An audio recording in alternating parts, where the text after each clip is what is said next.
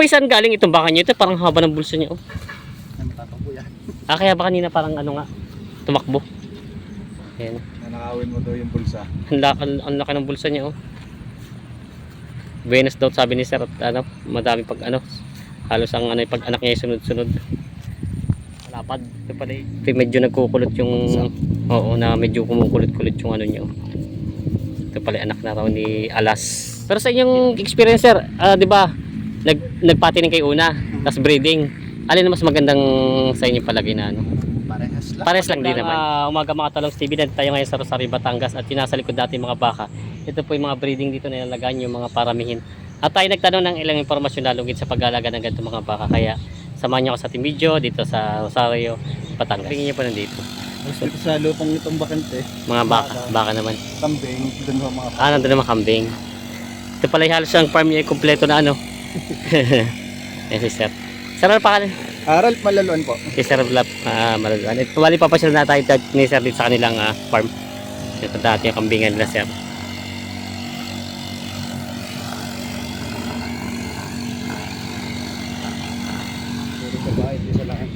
Ganda ng ano dito, may mga baka din dito palang mga alpas. Breeding. Sorting baka. Ay, siya nga. Haba. Yan ho, minsan yung manak ng January, pero manak ulit.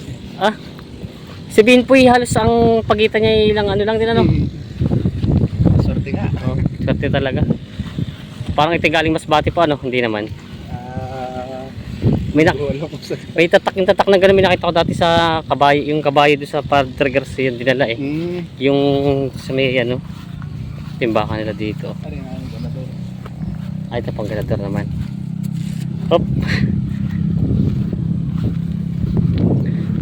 Parang ito Indo Brahman Brazil na po, ano itsura niya? Yan po paanak daw, ang magulang daw niya ni si Alas. Kaya Alas, ang Alas pa, di ba galing Pangasinan? Apo, na ngayon huli kong balitain nandito na sa Agoncillo. Oo. Ayun po yung nabenta nung minsan sa Agoncillo, pinakamalaking baka doon. Pali anak ni Alas. Oo. Hindi, sabihin po ilahin na rin siya ni Vulcan ano.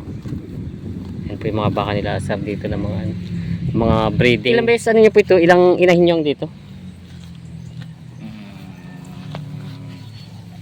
Tanyaga yan. Ito lang, meron pa po bang mala? Ito na lang sila. Meron pa ako dun sa loob. Meron pa rin. Mga malalaki siya oh. Mga Indo Brahman po ano? Ito ba yung mga lahi din ng Lemery? Puro ano yan ngayon, puro Pangasinan. Galing Pangasinan. Ito pala yung mga baka nila sa mga Pangasinan. Breeding. Yan, maganda ng mga baka nila. Mga malalahi. Indo. Sabihin po yung lahi ni Alas, di ba galing din sa dito rin sa Kalatagan? Hindi ko alam yung bloodline ko sa talaga nagmula. Pero nung nabili po itong si ano. Ito si. Ano pangalan po yan? Pinangalan nung naming nabilhan ni Naruto daw. Naruto pala. Ganda ng laki talaga eh. Oh. Tawag nila dito yung ibang nakakita ito Indo Brazil daw yung ganyang itsura eh. Kaya parang Indo Brahman pa lang naman siya. Ilang taon na po ito nang kayo nagbe-breeding ng ganito? Ito po bata pa. Wala lang po itong dalawang taon. Wala pang dalawang taon. Pero yung ito pong pagbabakan yung ganito matagal na din. Bago lang din. 2021. Matagal na rin. Halos nagsubok ko ng mga puro barako. Oo. Pagpatining lang. Patining lang muna po. Tapos ngayon breeding. Babae na. Ito mga paanak na. Ito nga puro mga anak. Nakapagbenta na po hindi pa. Magpaparami pala. Nakapagbenta na din po. Pero sa inyong experience sir, di ba nagpatining kayo una, tapos breeding. Alin na mas magandang sa inyo palagi na ano? Parehas lang. Parehas lang din naman. Pares lang din naman. Kaya lang parang ito hindi naman siya magastos ano. Pinipids niyo rin po sila? Sa hapon. Pinipids din. Kaya lang hindi ganoon pa karami. Hindi masyadong ano yan eh. Hindi masyadong pagtututukan. Magandang ano. Katawan niya. Oo. Pantabas dito. Grass cutter lang ang ano niya. Pang grass cutter lang daw pala ito. Pero at least po may pakinabang kayo sa damuhan tapos may kumikita din. May namin ibabuyan din. Pigiri talaga po kayo. Kaya pala. Kumbaga ito yung mga ano lang yan, dinagdag lang sa pag-aalaga. Tapos poultry. Poultry po. Yung nandun po sa may banda doon ano. Kambing tsaka yung baka. Para lahat na. Kompleto na. Sir, ito po saan galing itong baka nyo? Ito parang haba ng bulsa niya oh. Natatakbo yan. Kaya ba kanina parang ano nga, tumakbo. Ayan. Nanakawin mo daw yung bulsa. Ang laki ng bulsa niya, oh. Venus daw sabi ni sir, at ano, madami pag ano, halos ang ano, pag anak niya sunod-sunod. Ito pala ano po, breeding. Tapos meron pa po kung nakahiwalay naman na iba. May isa, may ano pa doon. Ilan naman po. Ito po yung mga baka nila, sir. May spoiled o tiya out. Pambenta na. Kasi ipapagandahin muna. Oo, kasi pag Pang kinokondisyon na. Oo. Mga babae din po, barako. Lalaki. Ang in-out nila po puro barako. Barako lang. Pero saka mga anak-anak na yung mga ano, pa rin. lalaki pa rin talaga yung mga anak ng mga malalaki. Ang pang-out nyo po yung mga malalaki na pampatining o yung mga bisiro lang? Yearling. Yearlings na yung maliliit pa rin pala. Hindi pa pala yung ganun ka edad ano. Hindi na pa nagpatining. Hindi na. Hindi na. Baka mabitin na sa damo. Ayo, katulad dito po yan. Ano. Summer ito yan talagang parang desyerto na. Kaya ang inaon nyo po dito nila sa breeding kayo ano. At hindi din pwede magparami ng gusto kaya binibenta nyo na rin.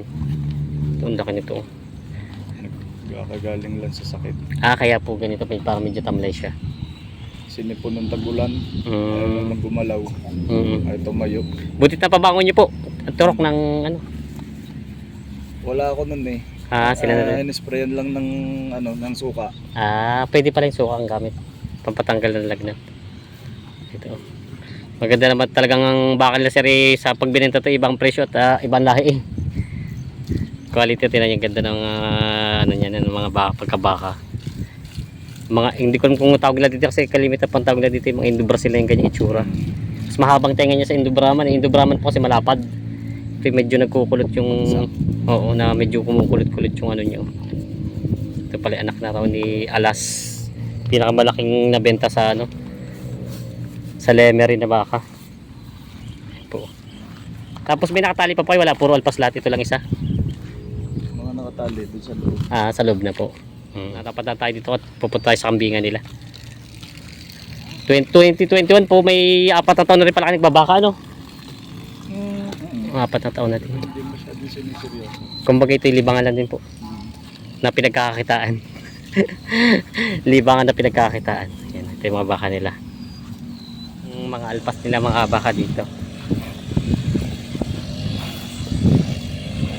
Ito pa nga ni kalabang damo.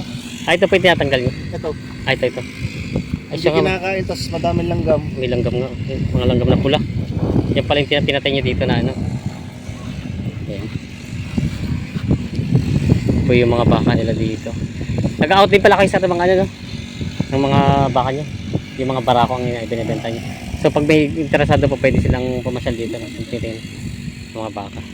And ito po yung isa yung sir. Pang salang sa patining, ang laki niya. Tangkad. Pangkatay po ba? Patining pa nga. Pang patining pa lang ito. Hindi ko alam, depende na sa bibili. Depende sa bibili pero parang hindi pa na masagad ang katawan niya. Pagkasagad yan. Hindi pa titingnan, lapitan natin.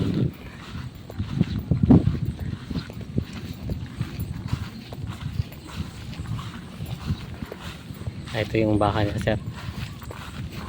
Ang malaki na pala siya. Ito pala ano na siya.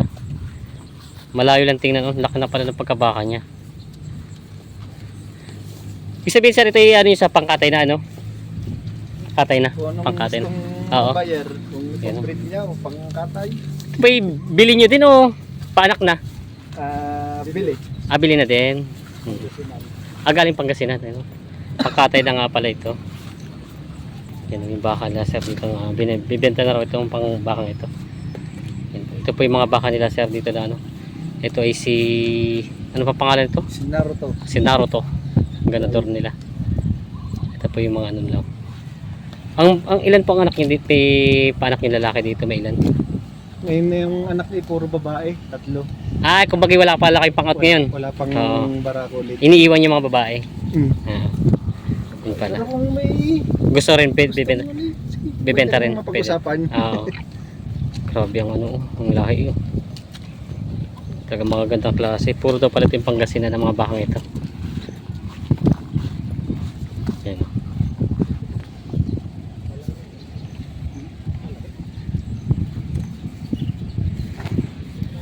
So, yung mga baka nila dito na mga alaga.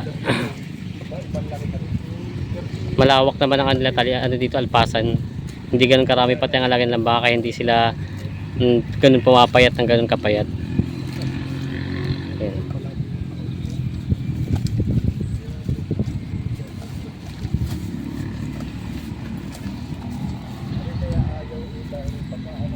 Mabait ang baka. Mga Indo-Brahman ng lahi. Ibig sabihin sir, ito mga ito mababait naman pala, no? Hindi sila mahirap alagaan. Pag ganito mga, Medyo matapang. ay mga inahin. Mga inahin daw medyo mata. Depende din sa ano, sa nag-aalaga. Ah, May bakang galit Oo. sa mga pag nanggaling doon sa nag-aalagang mga salbahe. Oo. Ah, Yung mga nag-aalaga naman yun mababait. kaya ganito. Sanay sa himas. Papahibas ka, kaya palapit na lapit yun. Kahit mga walang tali. Ito pala sanay daw sa hima sa mga bakang ito. Kaya sanay sa alaga. Ayan. Mga breeding. Pero sa ilang ulo kayo nag-umpisa sa ganito na breeding? Wala, padagdag na lang ng padagdag. Kung bagay bumili kayo ng ilan, tapos nagbili na lang ulit. Oo. Pero sa inyong estimate, may ilan na napaanak nyo dito? May ilan na rin? Pas 10 na siguro. Pas 10 na rin. At iniiwan nyo rin naman yung iba, no? Kung bagay, hindi rin pala pwede dito magdagdag na marami at kukulangin ng pagkain nila. Sa lalaki pa. Dito madami. Hmm. Sa loob. Kaya lang hindi pwedeng papasukin yan doon. At biosecurity. Kung bagay dito lang talaga sila. Oo. Ito po yung mga baka nila sir dito. Pero sir, malatanong ko lang, magkano gusto nyo hingin sa laki ng bakang ito? Wala pa yung price, basta yung titingnan lang sila na magbe-presyo. Ayan po, yung mga interesado, meron pa sila pambenta dito na pangkatay na baka.